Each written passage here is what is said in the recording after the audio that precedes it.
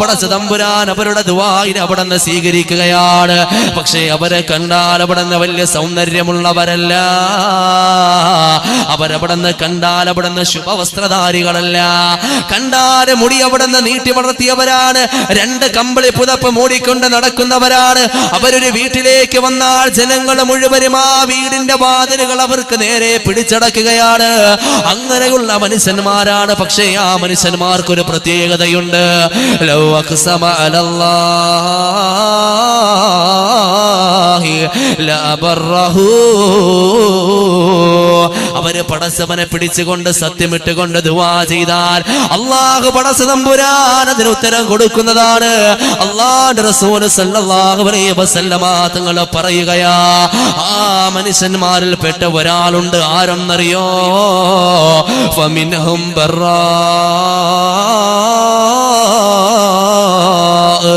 ആ മനുഷ്യന്മാരിൽ പെട്ടവരാണ് ബർറാ ഇബ്നു മാലിക്. ആ